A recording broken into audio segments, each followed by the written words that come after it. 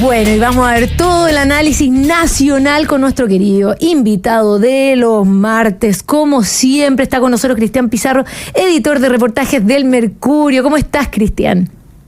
¿Qué tal, Mara? Muy bien, ¿y tú?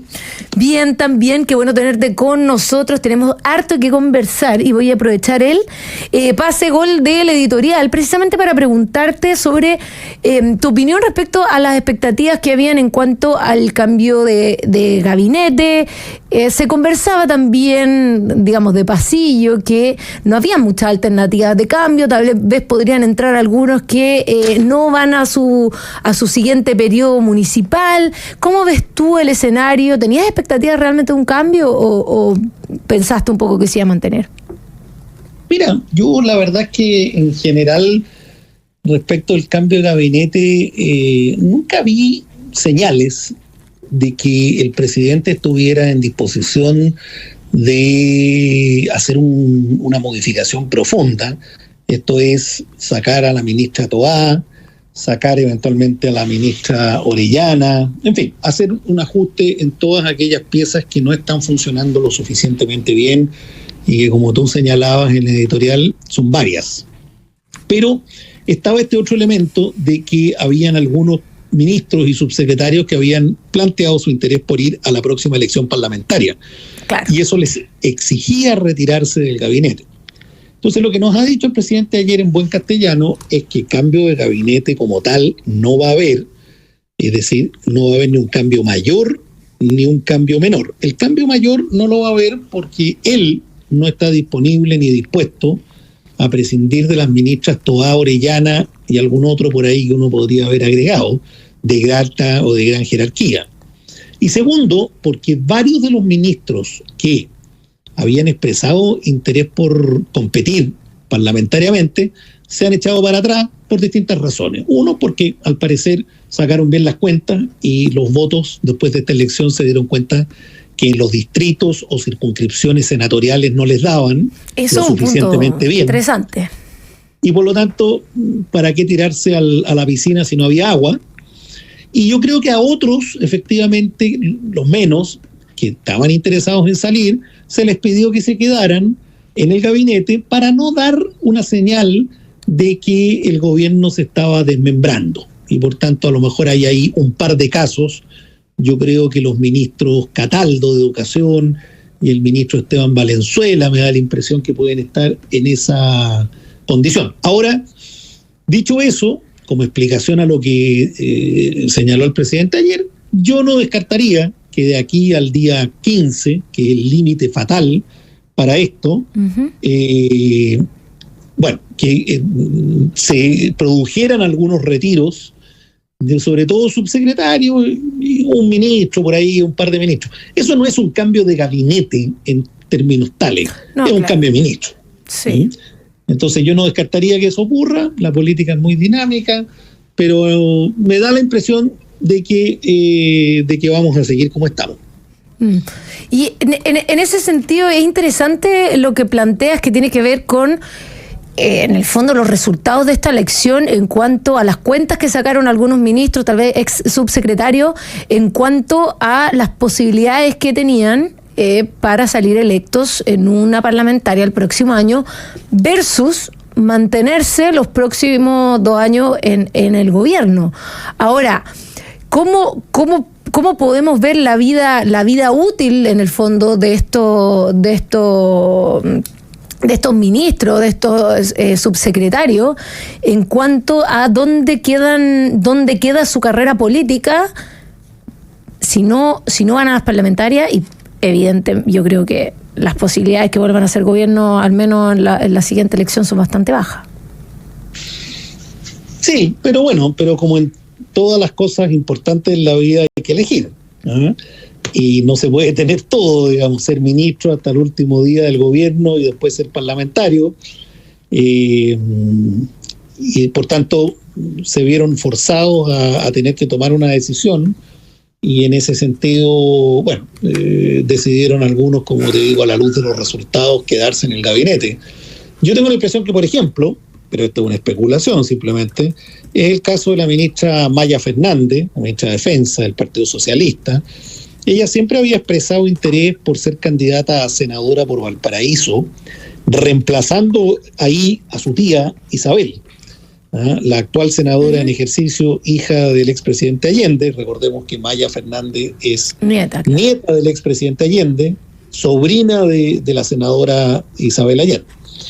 Pero apareció en el horizonte la diputada Carol Cariola, que también quiere ir por Valparaíso, y es una candidata bastante competitiva del mundo del Partido Comunista, y es probable que haya hecho ahí los cálculos Maya Fernández y se haya dado cuenta que en esa disputa con el PC, con Cariola, no ganaba. Después se supo también que ella había sondeado Ñuñoa, que era una comuna, un distrito donde ya había sido diputada, y por tanto probablemente tenía una buena base, pero recordemos que ahí cayó derrotada, ¿cierto?, la alcaldesa Ríos, y aparece el nuevo alcalde Sebastián Sichel. Y ahí, ponte tú, se da también una circunstancia en que un resultado claramente adverso a la izquierda se impone en Ñuñoa, la capital, como se ha dicho, del Frente Amplio, y creo que sacó la calculadora Maya Fernández y dijo: Valparaíso se me puso difícil por la izquierda, y Ñuñoa se me puso difícil por la derecha, mejor me quedo en el Ministerio de Defensa donde estoy. Y así debe haber varios casos similares. Efectivamente, bueno, estamos conversando con Cristian Pizarro, editor de reportajes del Mercurio. Cristian, y hagamos el ejercicio inverso, veamos qué pasa con la oposición, porque también hoy día, bueno, supimos que el alcalde Codina de Puente Alto decidió renunciar a su cargo, entendiendo un mes antes de tener que pasar, el 6 de diciembre se hace en el fondo el cambio de mando. ¿Dónde ves tú a ciertos posibles candidatos que van a aprovechar la oleada de los buenos resultados del oficialismo en las recientes elecciones, que van a empezar a aparecer como posibles candidatos a la parlamentaria? Hagamos un ejercicio. Mira, en el caso de Puente Alto, como se ha dicho en estos últimos días después de la elección, ahí la derecha, yo creo que se terminó farreando ese municipio por las sucesivas y continuas disputas entre distintos candidatos. Ahí recordemos que estaba el senador Osandón, había estado, ¿cierto?, Codina, estaba Carla Rubilar, en fin, el sobrino del senador Osandón. Claro. Fue una sucesión de errores que terminaron instalando en el municipio a Toledo, al nuevo alcalde. Y bueno, el mismo alcalde Codina, o hoy ya ex alcalde Codina, ha señalado que su interés es participar en la elección parlamentaria al Senado por la región metropolitana, digamos, por la otra parte de la región metropolitana. Claro. Y efectivamente, como tú lo dices, van a haber algunos en ciertas regiones que tuvieron buenas votaciones. Pensemos, por ejemplo, en todos los candidatos a gobernadores que van a eventualmente, cualquiera sea el signo político, claro, van a perder la ¿cómo se llama? La segunda vuelta, y esos van a quedar con muy buena votación en su poder, que la pueden invertir en una futura candidatura a el Senado o a la Cámara de Diputados. A ver, en el caso de la región metropolitana, claramente, por ejemplo, el contendor Francisco Rego es una persona que, si llegara a perder la elección de gobernador, queda con el problema resuelto para ser candidato a diputado, por ejemplo, y probablemente lo va a hacer. En consecuencia, me parece a mí que tanto de la elección municipal, de alcaldes principalmente, incluso de concejales, como de la elección de segunda vuelta de gobernadores, van a haber personas que van a hacer sus cálculos y van a dar, ¿cierto?, el paso de cara a ser futuros candidatos parlamentarios. Acuérdate que incluso hay regiones, se decía Valparaíso, en que se daba en algún minuto se daba por perdida la candidatura de Pepa Hoffman, quien fue la que en definitiva pasó a segunda vuelta, dentro de los grupos de derecha, pero mucho se dijo al principio que ella, más que tener interés en la gobernación, tenía interés en una plataforma para la elección senatorial del año siguiente. Claro. Hoy día está disputando la segunda vuelta de gobernador, por lo tanto eso es una cuestión que habrá que ver en qué termina. Si gana la elección, se transforma en gobernadora; si la pierde, por qué cantidad de votos, con cuántos votos tiene adentro. Le queda muy avanzada una candidatura senatorial, donde la derecha también tiene interés de competir, recordemos, Rodolfo Carter. Él ha dicho que, bueno, ha dicho muchas cosas, pero que si no va a primaria o si va a primarias con presidenciales y la llega a perder, ha dicho que una zona que ha mirado es Valparaíso. Claro.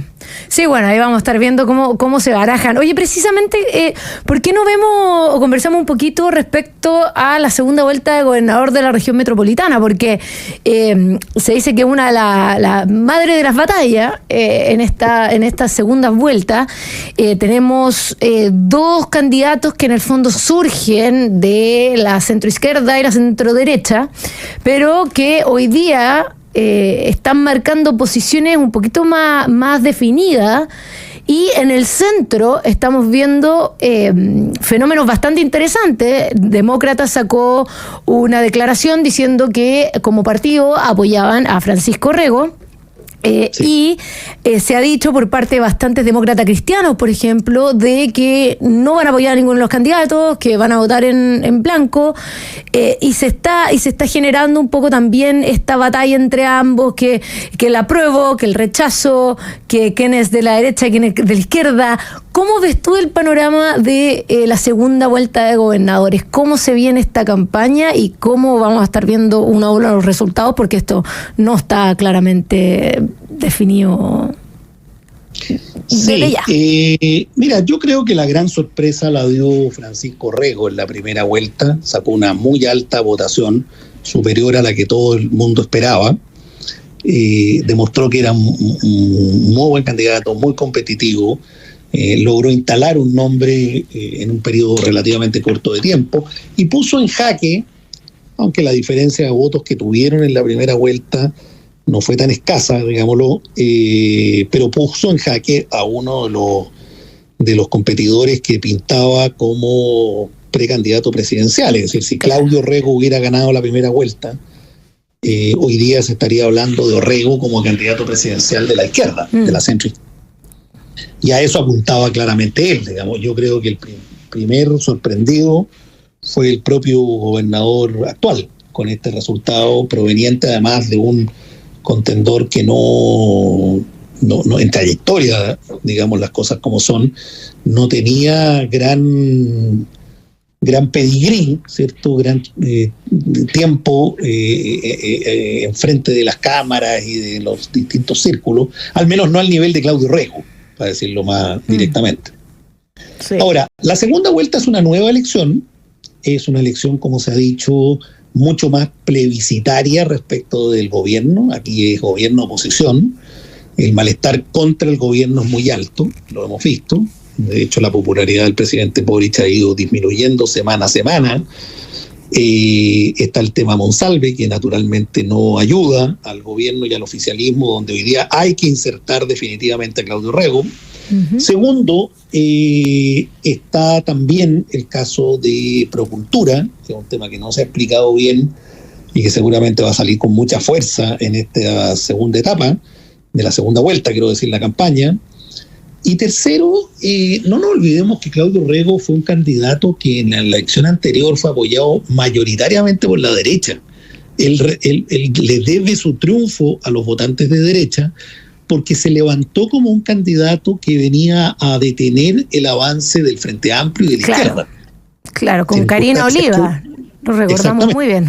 Oliva, en circunstancias que hoy es el candidato de ese mundo. Entonces, sí, creo que hay cosas difíciles de explicar. Existen las volteretas, las hemos visto en estos últimos años. Uf. Todo el mundo tiene derecho a cambiar de opinión. Los tontos solamente no cambian de opinión.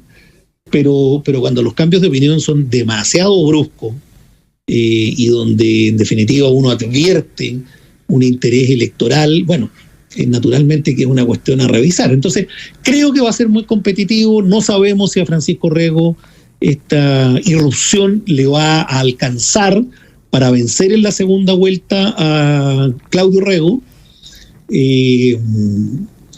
porque claro, en el fondo él fue la novedad en la primera vuelta, ya no lo es tanto, tiene un estilo que a muchos ahuyenta, un estilo más áspero, más directo, es un gran polemista, colega tuyo ahí en el programa Sin Filtro, ¿cierto? Pero claro, también las habilidades que se requieren para un cargo ejecutivo como las de gobernador son distintas.